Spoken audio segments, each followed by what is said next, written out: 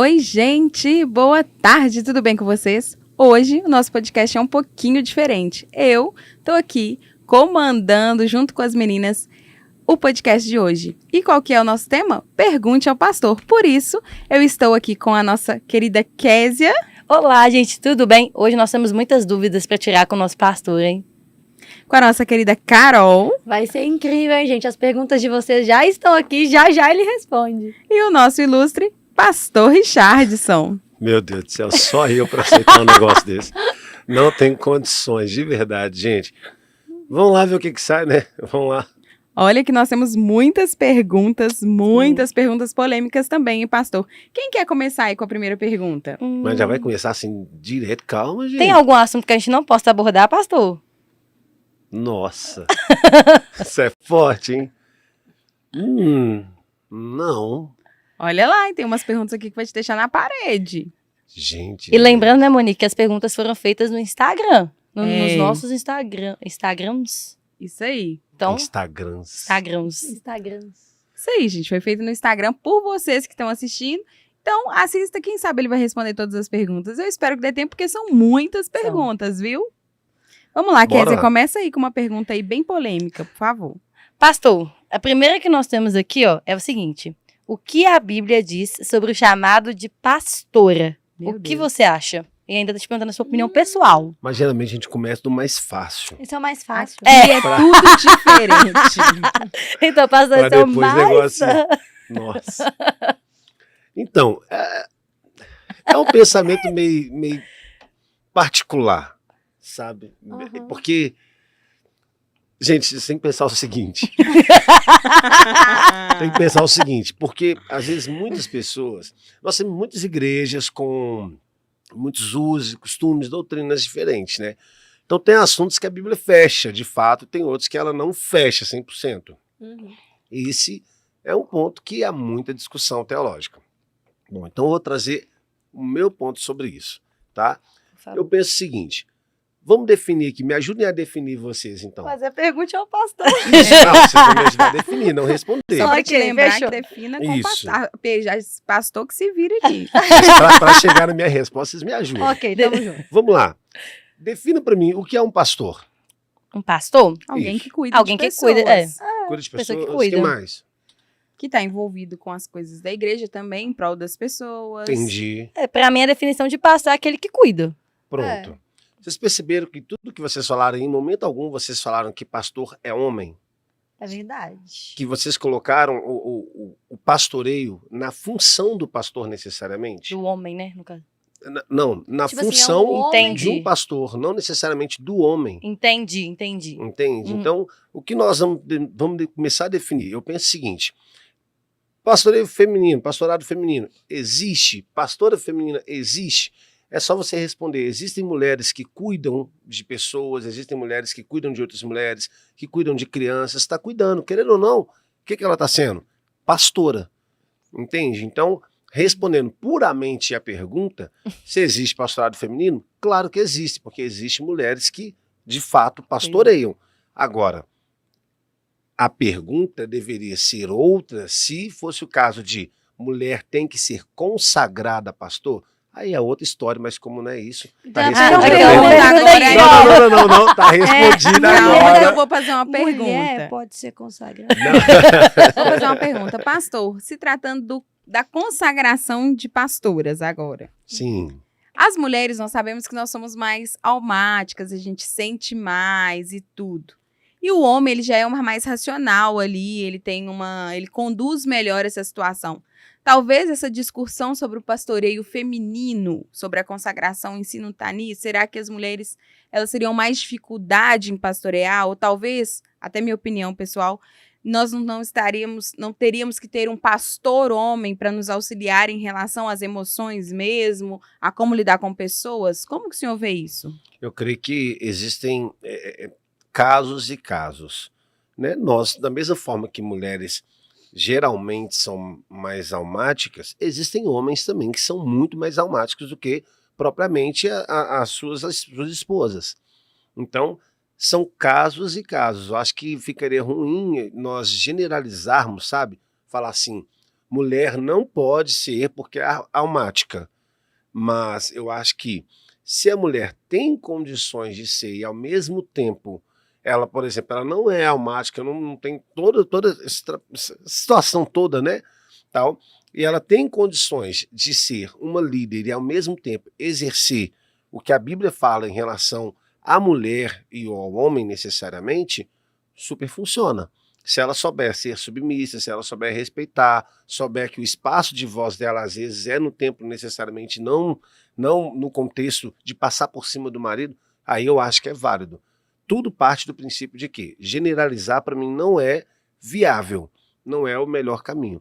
Mas, necessariamente falando, eu acredito que se ela for rápida no gatilho aí, ela consegue sim. E se a mulher for pastora e o esposo não? Sim. Nesse caso, vamos pôr. Hum. Lembrando que nós estamos falando de uma mulher agora, sem ser no estado de uma mulher almática. Nós Isso, estamos uma que falando vai de ser consagrada de uma mesmo. top, uma líder top que sabe fazer. Uhum. Eu não vejo problema. Até porque se nós formos definir assim, nós estamos de fato falando que o pastoreio ou o pastorado, ele não é chamado. Uhum. Se ele é chamado, ele não é um chamado específico a homens. Entendeu? Então pode acontecer de uma mulher ser pastora e o marido não ser. Super Entendi. pode. Eu conheço casos assim e que super funcionam, em que a mulher é pastora e o marido não é pastor. E eu vou falar para você, super funciona. E ela é submissa ao marido, ela super respeita e tá tudo tranquilo, tá tudo de boa. Então eu penso muito que, se nós entendermos que, gente, presta atenção nisso, olha, pastorado, pastoreio, não é condição, sabe? Não é tipo, eu sou consagrado, então teoricamente a minha esposa tem que ser, ou minha esposa foi consagrada, teoricamente eu tenho que ser. Não, não tem que ser nessa forma condicionado. Ao contrário, pastoreio, pastorado é chamado, e chamado é personalizado para cada pessoa. Pensando Muito bom. nisso de chamado, pastor, como que a gente define o que é nosso chamado, nosso propósito e nosso legado? Qual que é a diferença entre eles? É uma pergunta também, né? É uma pergunta também que já fizeram pra gente. Tá ok, então vamos lá. Eu penso o seguinte, chamado ele tem 100% a ver com coisas ministeriais, com coisas que você vai fazer para atingir o corpo de Cristo, para fazer com que o corpo de Cristo, o corpo da igreja, né? Quando eu falo corpo de Cristo, o corpo da igreja, ele seja edificado, né? Então, chamado serve, falando resumidamente, chamado serve para edificação do templo, da igreja. O propósito de Deus para nós, ele pode servir para qualquer área da nossa vida. Deus tem um propósito para um. O propósito de Deus é que ele fosse, sei lá, fosse um jogador de futebol, é um propósito. Entende? O propósito ele tem a ver com uma gama maior em relação à vida necessária, ao cotidiano, vamos falar assim. Entende? Já o legado é aquilo que nós deixamos para as pessoas. E aí é claro que enquanto eu estou fazendo o chamado e estou cumprindo o propósito, de fato eu também estou construindo o legado que eu vou deixar. Então é importante nós definirmos bem esse papel de chamado, propósito e legado. Por quê? Senão eu acabo confundindo as coisas. Às vezes, você está só cumprindo o seu chamado e está achando que está fazendo o seu propósito.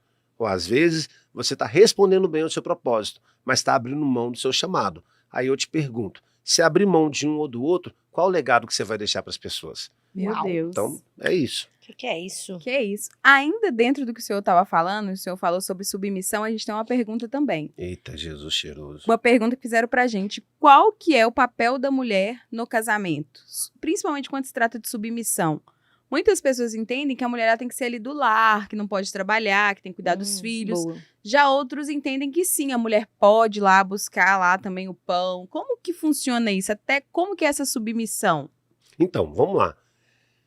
É importante entender o que é submissão. Vamos captar. Tem um exemplo muito, muito simples de submissão. O que é a submissão? Eu sempre cito esse exemplo, ele é maravilhoso. Uma criança, você está com uma criança, você foi na casa de uma amiga sua, e aí você levou lá seu filho. Seu filho, sei lá, quantos anos a Alice tem? 2. 2 anos. Seu filho de 2 anos. Você vai chegar na casa dela, da sua amiga lá, vai soltar seu menino. O que ele vai fazer? correr a casa inteira. Com certeza. E ele vai ficar correndo.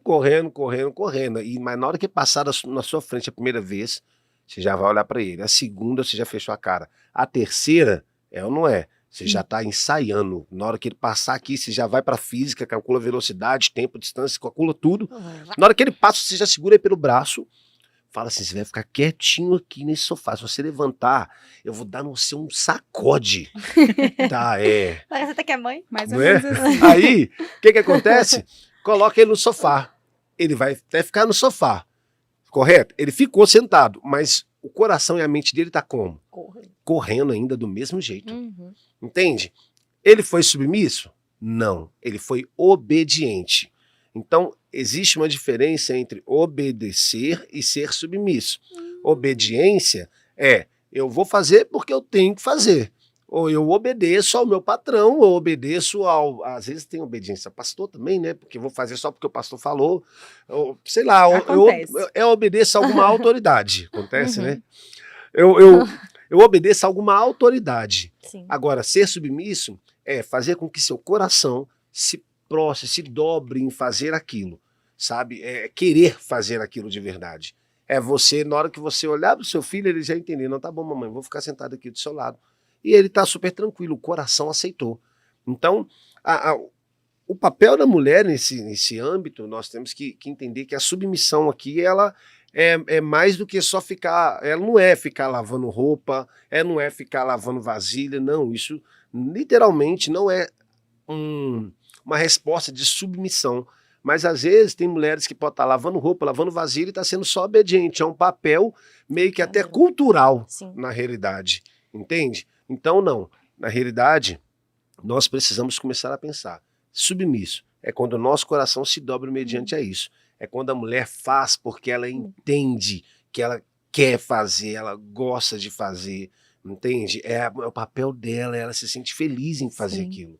Aí é uma submissão. Então pensa que mulher tem que ser dessa forma. E aí a gente entende que a submissão é uma resposta de um coração grato. Com certeza. De uma Total. escolha que nós Legal. fizemos e nós somos gratas pela nossa família, né? E não uma coisa cultural, como o pastor bem colocou aqui, de eu vou fazer porque eu tenho que fazer. Não. Eu gostei dessa resposta. Que legal. Viu? E tem mais uma pergunta que envolve a resposta Meu da Deus do Késia. céu, Ah, é? Tô Isso. negociado. A pergunta que é: e Tô se eu nervoso não com esse negócio. quiser constituir família? Ih, pode? Cristão pode querer Mas não só uma constituir, dúvida, eu tenho não uma ter dúvida em cima da filhos? dúvida. Ah, tá, é só não ter filhos. É, não porque ter filhos. pode não casar também? Ih, aí. Cadê o pastor, gente? Vamos lá. Já Tem outro pastor aqui. Vamos lá. Primeiro, a primeira pergunta é sobre constituir família, né? Isso. Se pode não constituir família. Tá ok. É uma obrigação, é um dever constituir família? É obrigatório constituir família? E aí nós vamos ter homens, por exemplo, na Bíblia, que a Bíblia não vai citar eles com filhos. João Batista. Sim, Cadê filho de João Batista? Verdade. faço ideia. Estaria João Batista em pecado, então? Meu Deus. Então, eu acredito que, na realidade, nós temos que pensar que a Bíblia não traz como uma obrigatoriedade constituir família. Não é sobre uma obrigação de constituir família. Torna a dizer, do que adianta você ter uma obrigação de constituir família e no final você está só obedecendo e não está sendo submisso. Seu coração não quer. Se o seu coração não quer, você não vai ser um bom pai, você não vai ser um bom filho, você não vai ser nada, porque seu coração não deseja isso.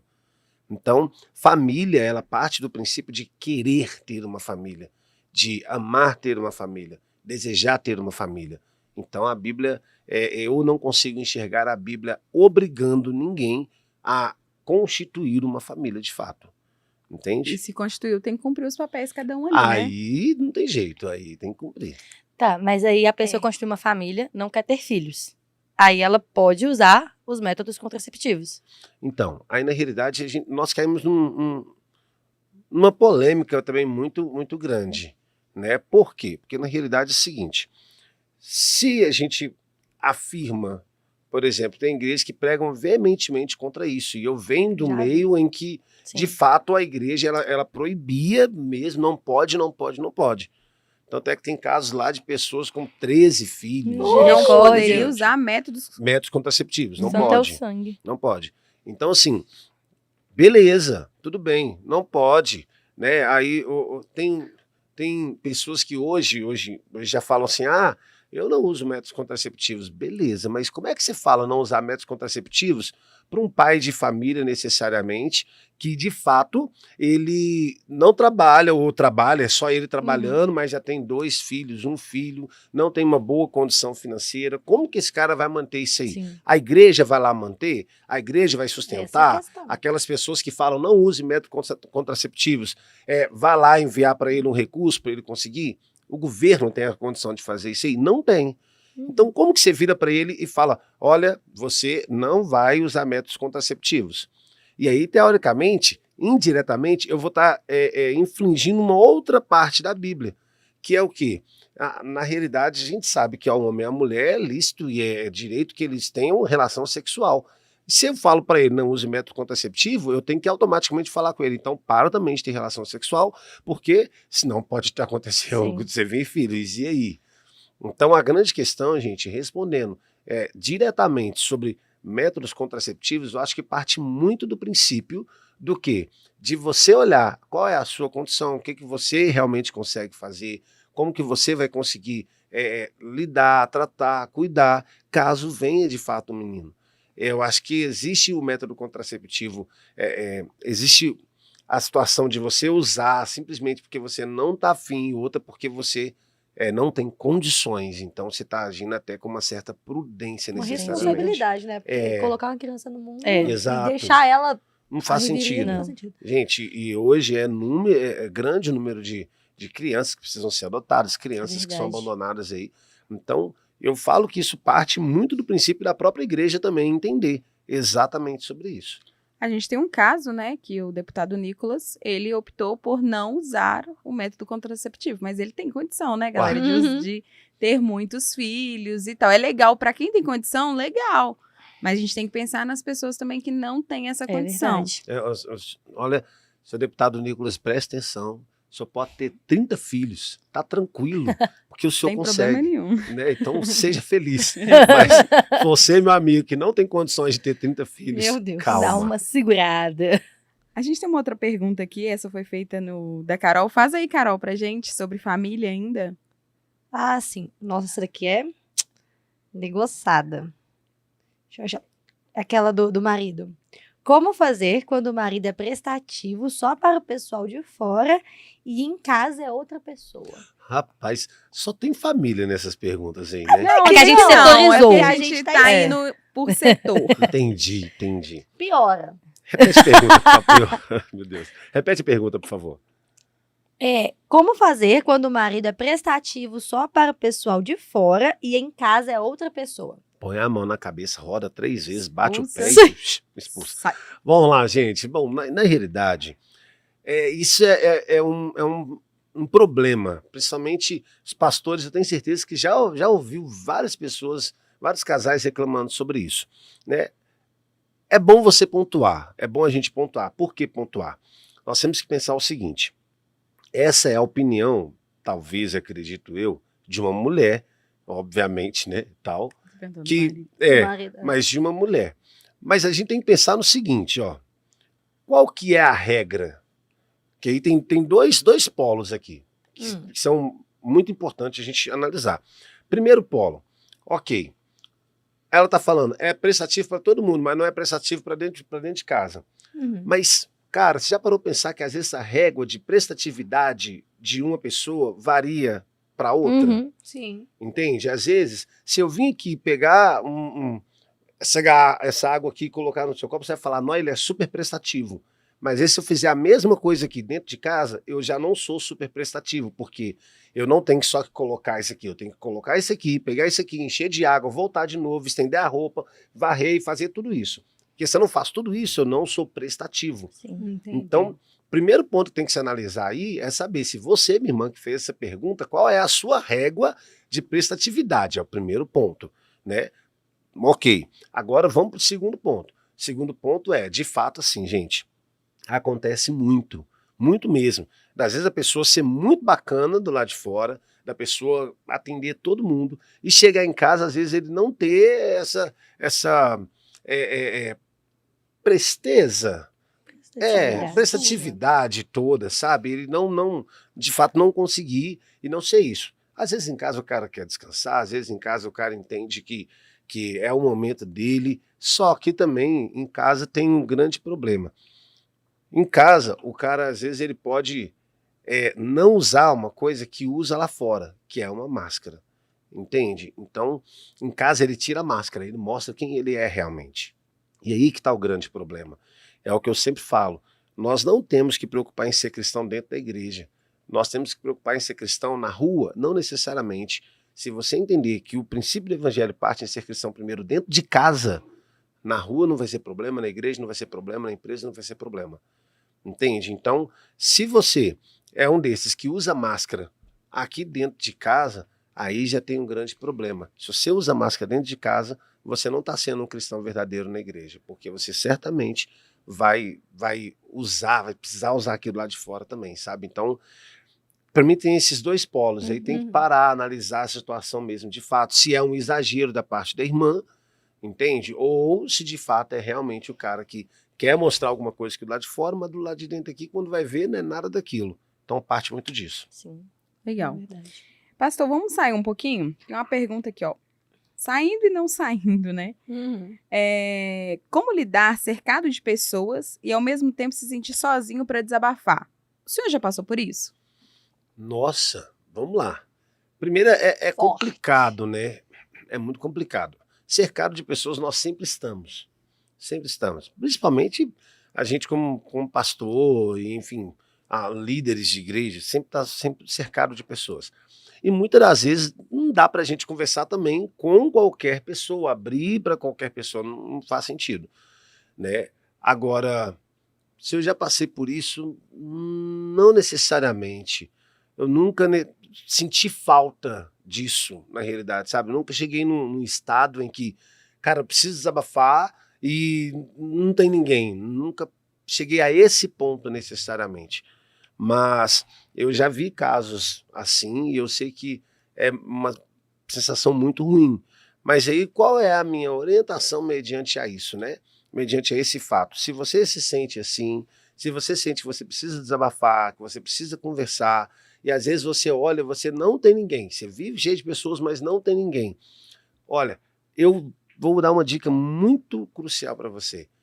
Eu acho que assim, é de extrema importância você procurar alguém, pelo menos aquela pessoa mais próxima de você, independente do que for, para você começar a falar e para você começar a soltar, porque senão você vai enchendo, uma hora isso transborda e vai dar muito ruim. Verdade. Entende? Então, eu falo assim, ó, se você não confia em ninguém da sua igreja, não confia em ninguém do seu trabalho, não confia em ninguém da sua escola, não confia em ninguém em nada, faz o seguinte, tem psicólogos hoje, tem psicanalistas que você pode ir lá, você pode procurar, e inclusive tem esses profissionais evangélicos.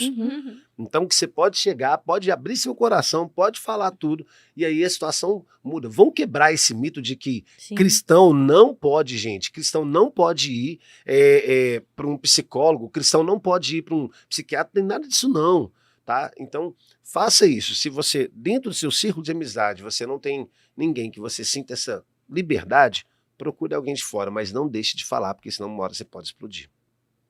É isso aí. Muito legal. Eu já me senti assim, viu, pastor? E não é fácil, Sério? não. A gente tem Nossa. mesmo que procurar alguém pra gente desabafar, porque senão a gente explode. Explode muito. E aí, tem perguntas sobre isso, sobre depressão, sobre pessoas. Tivemos perguntas assim, então eu vou resumi-las. Sobre depressão. Depressão é espiritual, é natural, deve ser tratado. O senhor já respondeu aqui, né, que a gente tem que procurar. Como lidar com isso dentro da igreja? Porque muitas pessoas acham, é porque você não está tendo vida com Deus. Acontece. Como que é feito? Depressão é espiritual? Depressão a gente tem que tratar? Como que funciona aí na visão do senhor? Uma vez diagnosticado, gente, depressão, de fato, né, é depressão, nós temos que entender que assim, ó, eu pergunto para vocês, olha para você ver como é que nós invertemos muitas coisas, tá? Nós temos a mania de dizer que depressão é espiritual. Crente não é ótimo para falar isso. Depressão espiritual é o diabo, que não sei o que e tal. Correto ou não? Correto. Sim. Sim, ok. Mas engraçado, eu nunca vi ninguém falando que gripe é do diabo. É verdade, também não vi. Nunca vi. Mas gripe não é uma doença? Sim. Sim, senhor. E a depressão também não é uma doença? Sim. Sim, Por que senhor. que uma pode ser do diabo, a outra não pode ser do diabo? Porque uma afeta diretamente o jeito de ser, a forma de agir, os sentimentos. Então, teoricamente falando, a gente sempre olha e fala assim, trabalhou no jeito de ser, no sentimento, é o diabo. Não, não é o diabo. A gente tem que parar de ter esse pensamento pequeno, gente. Isso é pensamento pequeno, pensamento de crente pequeno. Se você, crente, acha que depressão ela é de fato do diabo, isso é pensamento pequeno. É claro que no mundo espiritual, com oração, Deus pode curar. Claro, gente, Deus pode curar. Eu não estou tirando isso. Deus pode curar. Mas nós não podemos ser negligentes e tratar isso como espiritual, o que na realidade, às vezes, de fato, é algo material, físico, nosso.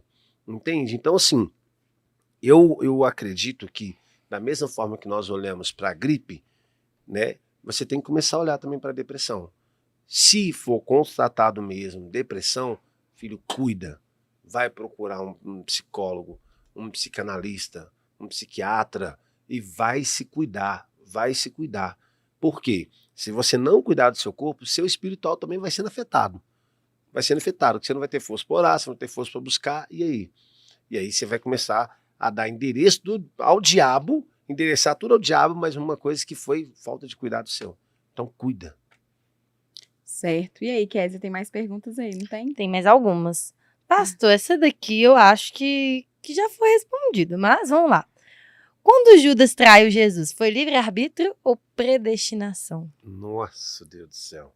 Mas tá bom, pelo menos saímos da família, né? Não, Ainda é só... tem mais é. pergunta de família. Só Foi só para dar uma Meu respira. Deus. Tá, Vai. vamos lá.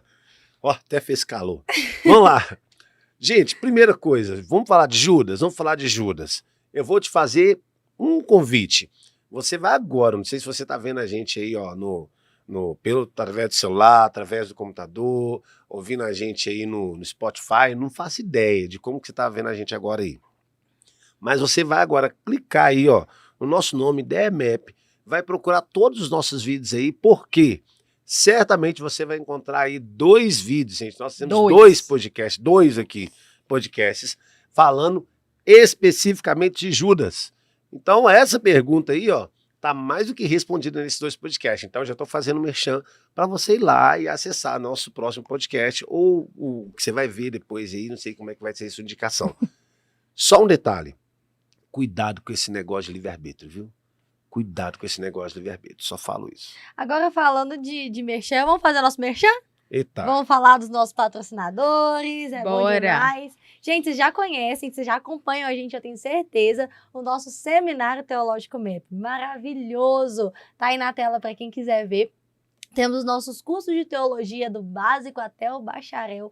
É incrível. Entre em contato, chama a gente aqui nos comentários. A gente está aqui disposto a responder todas as perguntas. Inclusive, se quiser deixar mais pergunta para o pastor, pode ficar à vontade.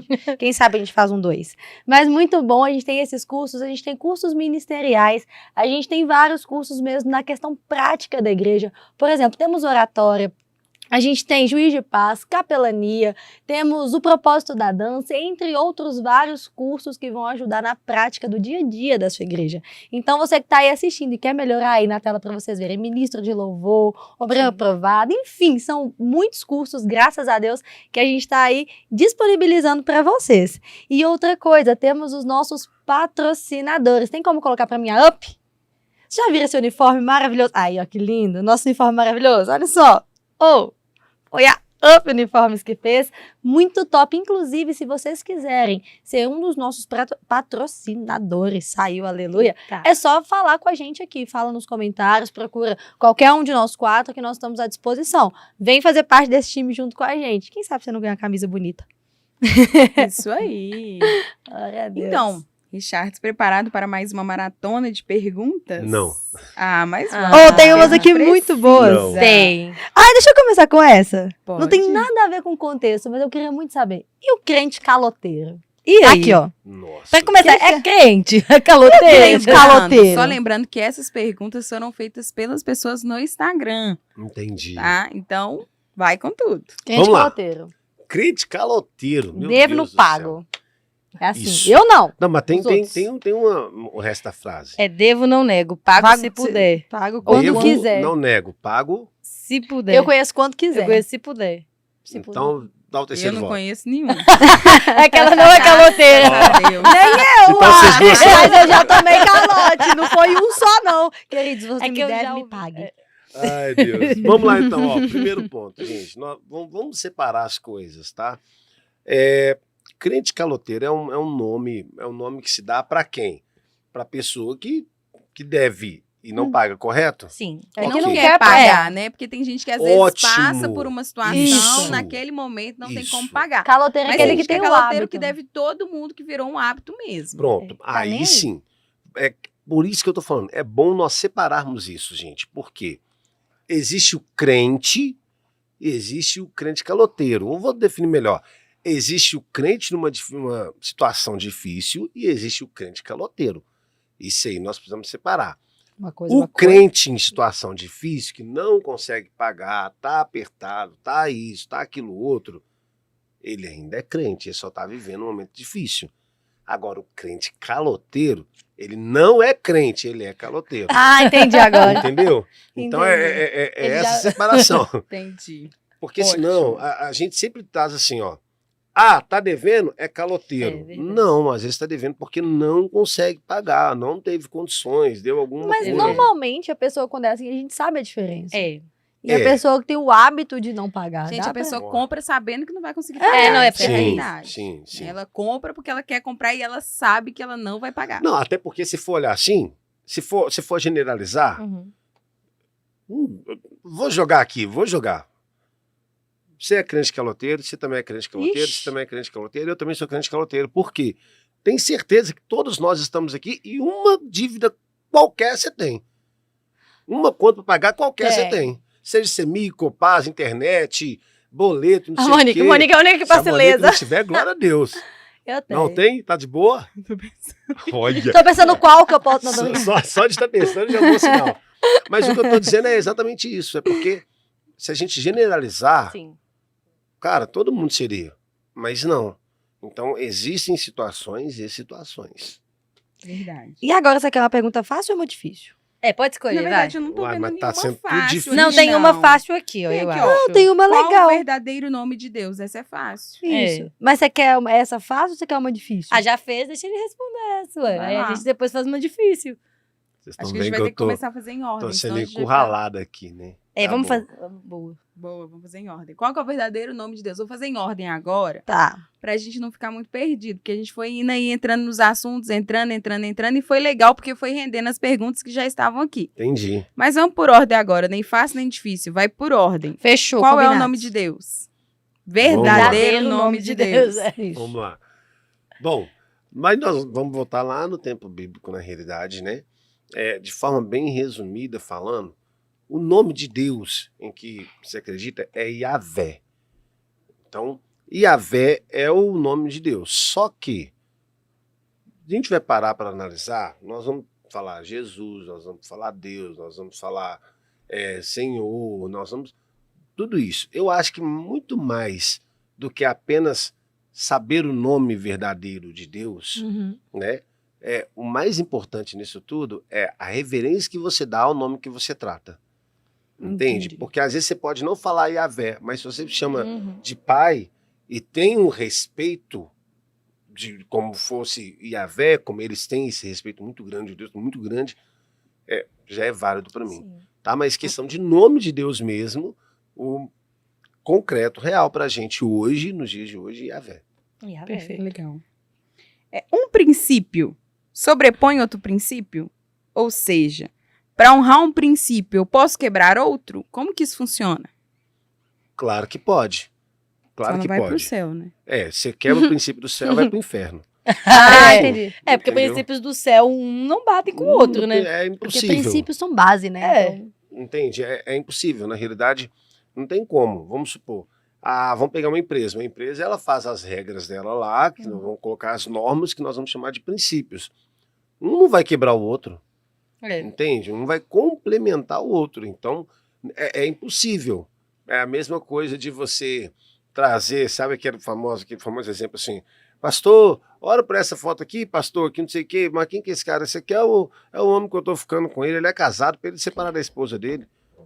Só morrendo. Não Não vai faz adiantar, sentido, né? É quase que entendeu? Deus mata a esposa, E literalmente. né? Aí, Quebrar um princípio. Aí, Não tem como, né? Talvez essa pessoa não esteja entendendo o que Deus quer com ela de verdade, né, Sim, pastor? Pode ser que ela tá sim, achando sim. que precisa quebrar um princípio, mas talvez está precisando de algo, uma palavra, saber o que Deus ele tá buscando mesmo Uhum. Exatamente. para poder cumprir o querer dele. Talvez esteja distanciando aí do propósito de Deus. Sim. Bom, próxima pergunta é: os louvores modernos são adoração? É música? Tem muito louvor aí hoje que o pessoal tá falando que não é louvor, que não é pra Deus. Que é louvor de alta ajuda, A gente que é até só pro ser vê- humano. A gente até vê alguns cantores depois realmente começam a cantar, tá lá na igreja, e depois que sai, vai pro mundo e fala, mas eu não falava que a minha música era de Deus, não. A pessoa que colocou isso na cabeça, e aí? Como que funciona isso aí hoje? Bom, gente, eu acredito muito no seguinte. A adoração. A adoração, ela é individual. A adoração, ela não pode ser condicionada. Como assim? Se nós colocarmos a ideia de que eu só presto uma adoração quando tem uma canção, eu estou condicionando a minha adoração a alguma coisa. Entende? Aí ocorre isso, de eu depender para que a minha adoração flua de alguma outra coisa externa, seja ela música ou não.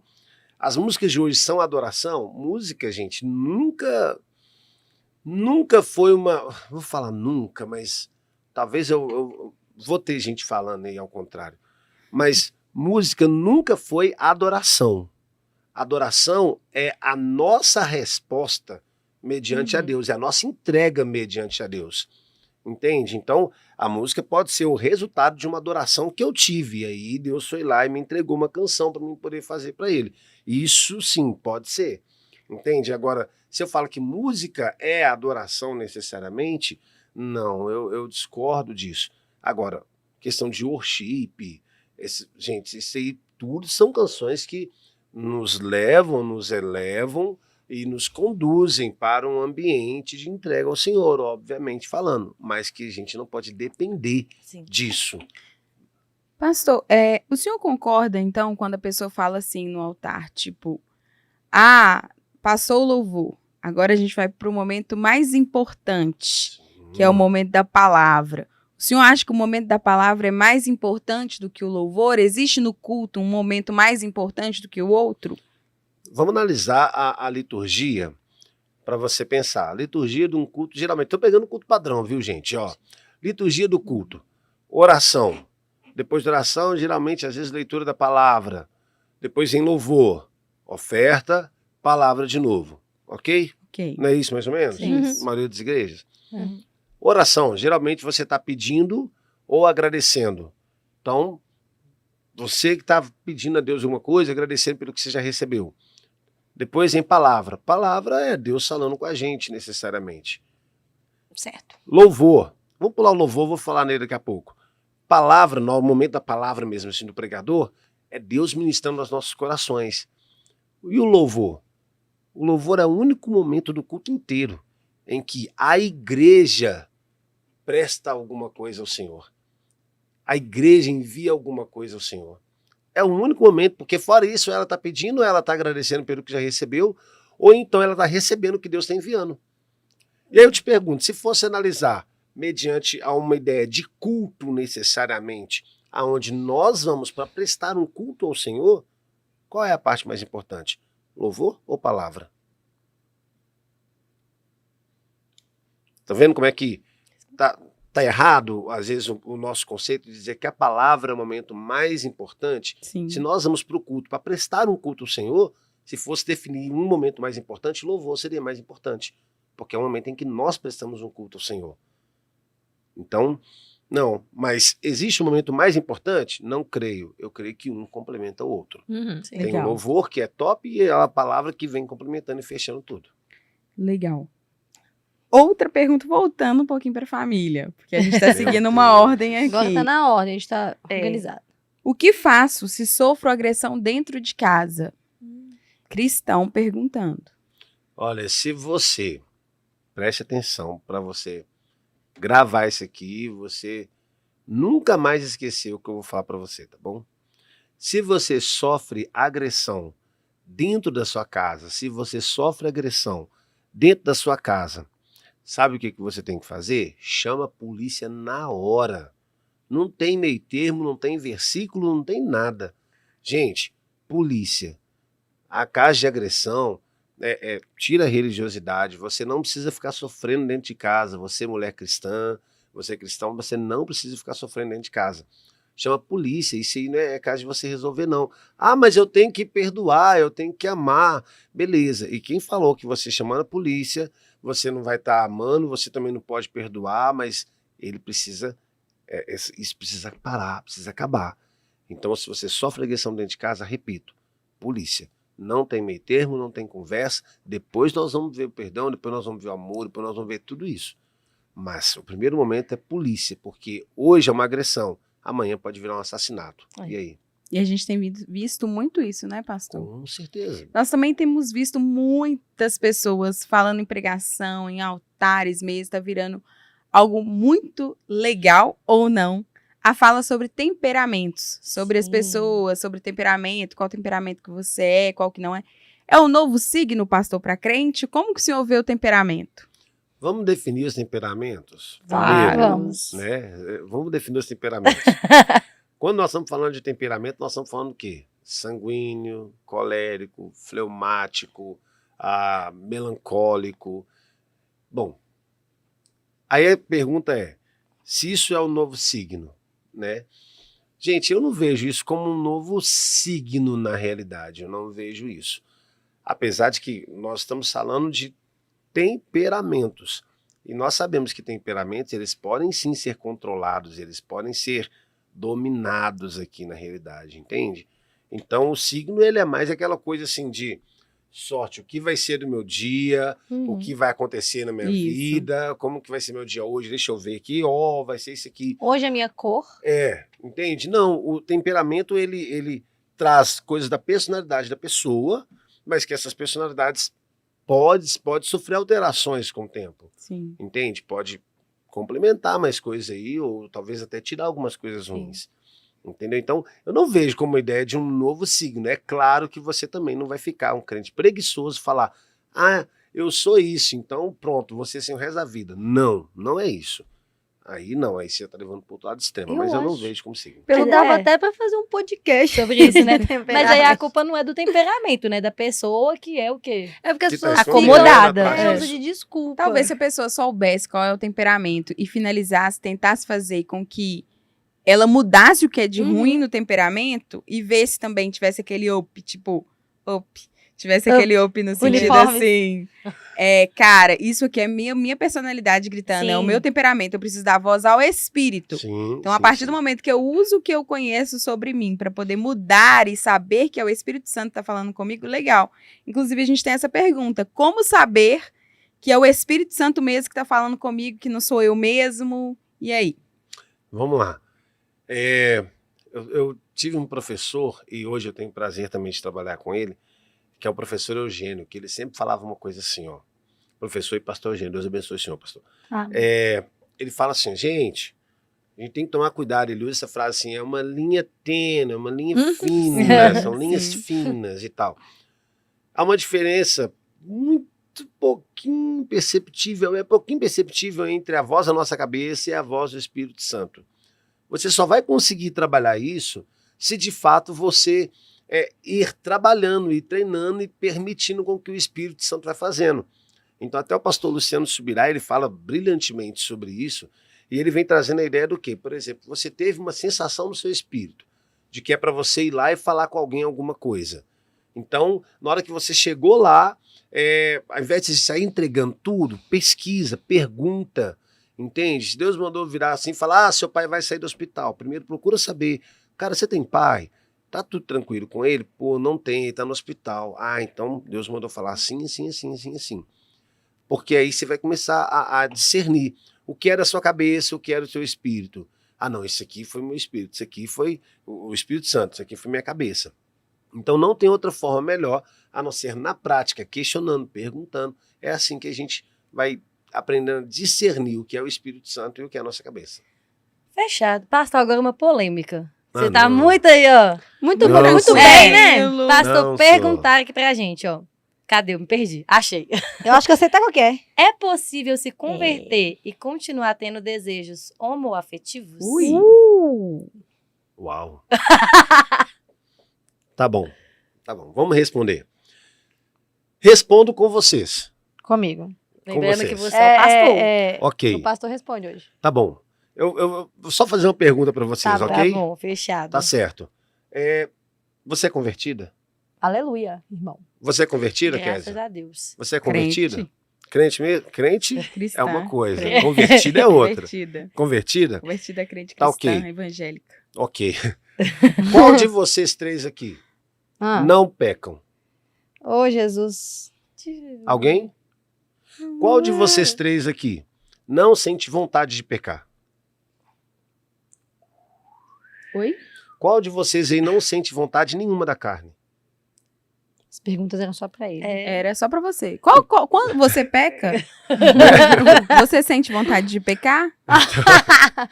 O que eu estou dizendo na realidade, gente, é que, de fato, nós precisamos ter em mente que a gente sempre pensa assim, ó, a conversão, o pensamento geral, tá? A conversão é a ausência de desejos da carne. Não. Talvez a conversão vai fazer aumentar os desejos da carne, porque você vai parar de atender os desejos da carne, então eles vão começar a crescer dentro de você. Entende? Faz todo sentido. Agora, a conversão ela vai fazer com que você faça o quê? Negue. Ela vai dar essa autoridade para você negar os desejos da carne. Mas que eles vão continuar vindo de toda forma. Então pode ter um convertido que sente, cara, super pode. Agora, o que vai fazer ele ser convertido ou não é ele suportar isso. Entende? É ele suportar. É não se entregar a esse não desejo, se entregar, né? exatamente. Sim. Entende? Então, tudo parte do princípio de, cara, se é convertido, você vai lutar. Se é convertido, você vai correr atrás, você não vai cair.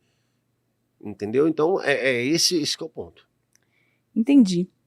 Muito boa a resposta, viu? Você Por só isso não que perguntou, você- você só não respondeu se você tem vontade de pecar, mas tudo bem. Se Mas eu tenho essa a vontade de gente pecar, deixa pra ah, próxima. nunca. Tem uma pergunta aqui, ó. Se a minha igreja prega algo que não é bíblico, eu confronto o pastor ou mudo de igreja? Minha filha, não, eu vou falar pra você uma coisa, ó. Se a sua igreja prega algo que não é bíblico, você confronta o pastor ou muda de igreja. Nenhum nem outro. Você não confronta o pastor e nem muda de igreja. Você procura uma igreja. É isso. mesmo. Nossa! Né? Claro. Tem a mão Faz de... todo sentido. Pronto. Inclusive, tem um podcast nosso que traz um pouquinho disso aí. Ah, é que verdade. É o abuso O espiritual. abuso espiritual. Como abuso convidada espiritual. inovadíssima, nunca vista antes na história desse É. podcast. Olha, essa aqui também é polêmica, hein? Ah, não. Podemos tatuar o nosso corpo, o templo do Espírito Meu Santo? Deus. E Tatuagem. piercing? Meu Olha pra Deus. Carol E ali, tatuagem, gente. Piercing? O que você vai Olha ali fazer? pra Aqui, ó, Kézia. pecado Pode? puro, Toda ó. Ó o pecado. pecado, ó o Deus. pecado aí, ó. Dá um foco Eu nesse tenho negócio. 7 Ainda bem que pecados na capitais. orelha é brinco, né? Não é piercing? Pois Não é é. piercing, não. E aí, Minha pode irmã, ou você não tem 11 pode, furos. pastor? Você quer falar disso? Filme orelha da Kézia também. Vamos lá, gente. Tatuagem, pode ou não pode? É pecado ou não é pecado? E que não sei o que. Ainda bem que Esse a pergunta é pro assunto de pastor. novo. É difícil demais, gente. Vamos pensar o seguinte: o pessoal usa sempre textos em Levíticos, usa textos Uhum. de Jesus, da coxa dele. Cara, não tem nada a ver uma coisa com a outra. Tem nada a ver uma coisa com a outra, tá? Não tem nada a ver. Se você vira pra mim e fala assim, pastor, tatuagem é pecado? Fazer tatuagem é pecado? Eu vou responder pra você em alto e em bom som. Não. Não é pecado tatuagem. Na hora que você sair e virar as costas pra mim feliz da vida, eu vou falar, olha pra mim. E em alto, em bom som e tom também, eu vou falar pra você, mas eu não te aconselho a fazer. Entende? Por quê? Há de convir comigo que a tatuagem ela não é bem vista, bem aceita, principalmente no meio evangélico. Entende? Então, se tem uma coisa que vai fazer os nossos irmãos se escandalizarem, pra que eu vou fazer? Então, a lógica não é pecado. Se você tatuar seu corpo, você não vai estar pecando.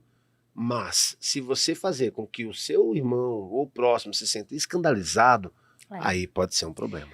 E sendo tatuada, eu posso falar, hoje em dia eu não aconselho ninguém a fazer tatuagem. Porque realmente eu já sofri preconceito, até mesmo numa igreja que é tranquila quanto a isso, por ter tatuagens. Sim. É uma coisa que, tipo assim, querendo ou não, a gente é moderno e tudo mais, mas infelizmente as pessoas vão olhar de uma forma e acaba que a mensagem de Jesus às vezes não é passada com a qualidade que poderia ser por causa de um desenho no corpo. E o corpo vai embora. Eu acredito que o propósito e o que a gente tem que fazer pra Deus é muito maior do que simplesmente um rabisco que você quer fazer porque você tá com vontade. Sim, e um ponto, eu lembro até de uma vez que eu fui chamado para ministrar numa igreja, num culto de jovens, só que era tipo assim, um negócio mais ou menos igual nós estamos fazendo aqui, só que era tudo ao vivão, tudo ao vivo, A gente podia fazer na um cabeça podcast ao deles, vivo, não, né? não faz isso não.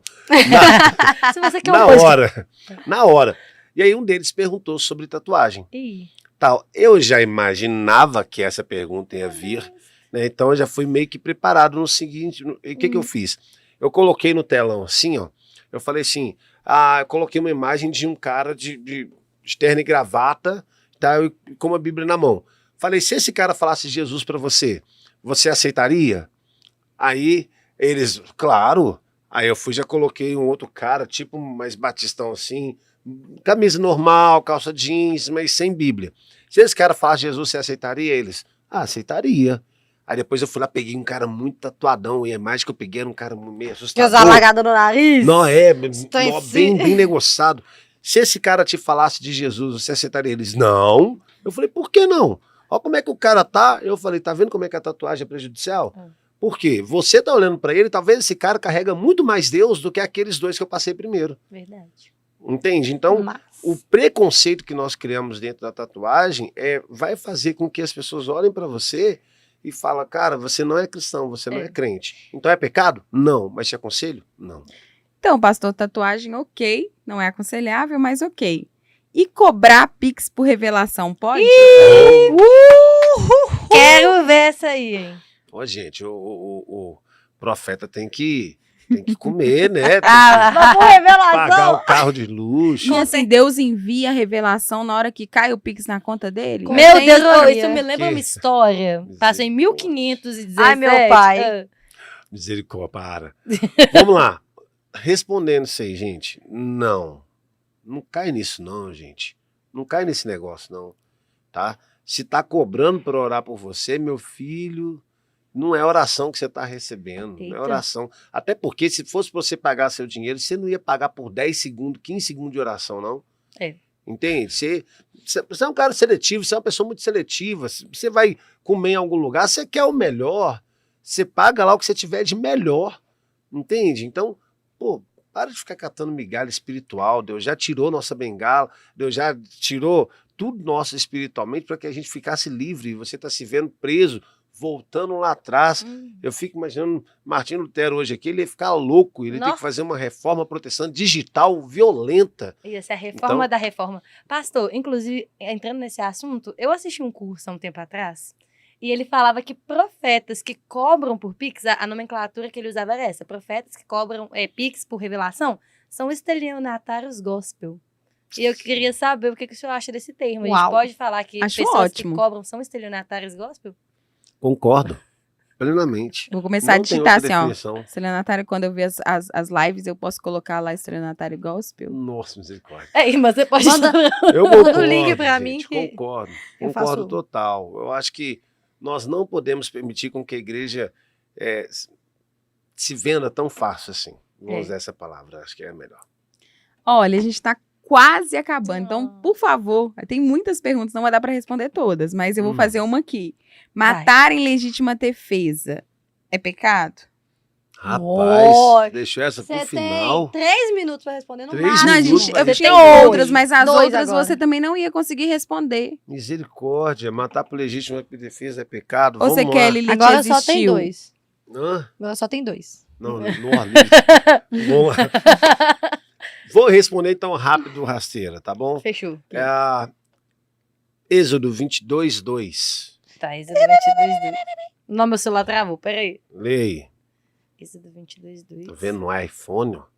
Tem que ser, Com ó. Ó, certeza. já tá acabando os minutos.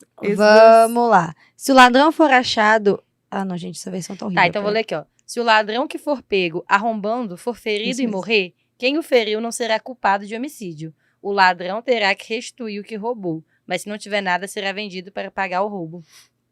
Você está vendo que, teoricamente falando, a mesma Bíblia que fala não matarás, ela está dizendo que se um cara for pego roubando e você, por acaso, matar esse cara, ok, você está isento de culpa. Só que aí tem um detalhe. Olha o versículo 3. Não, pastor, peraí que eu abri só o 2. Ou 3. Mas, se isso acontecer depois do nascer do sol, será culpado de homicídio.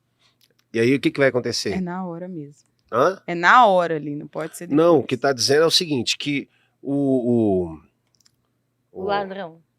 homicídio, Uhum. o assassinato, Assassinato. ali, né? Tal, ele tem que ser a última opção. Tanto é que ele vai falar que se for de noite, ainda mais naqueles tempos, não tinha muita Luz. não luz nem conseguia nada. Não enxergar, tinha como né? identificar, não tinha como fazer nada. Agora, se fosse durante o dia, você podia pegar aquele cara e levar ele para ser condenado, você podia pegar aquele cara, levar ele apresentar para as autoridades, entendeu? Ah, é Então, nesse sentido. o que está dizendo aí é, beleza, pode, mas tem que ser a última alternativa. Se tiver outra, tá errado. Bom, gente, é sobre isso. Não deu pra fazer todas as perguntas. Acho que a gente vai precisar de um Pergunte ao Pastor 2. Se você Sim. quer, deixa seu like, comenta aí que você quer o 2 que a gente vai E quem fazer. sabe a gente não faz um espaço maior com a participação ao vivo. E olha que é Oh, meu possível a gente fazer no espaço maior e você vir participar com a gente. Então, coloca aí que você amou, que você quer participar, que a gente vai fazer isso. Se vocês quiserem, é claro. Então, meninas e menino, pastor, muito Eita, obrigada. Ah, Que legal, queria poder estar mais, mas passa tão rápido. Passa rápido. Não é? Passa muito rápido. Então, Da próxima vez a gente podia chamar um pastor para responder as perguntas. Ai. um outro pastor, Sugiram. né? Sugiram aí, gente. Deixa a sugestão de vocês, o que vocês querem ver no podcast. E é isso. Até mais, até breve, que logo, logo a gente vai estar com vocês de novo. Obrigado, Tchau. gente. Tchau.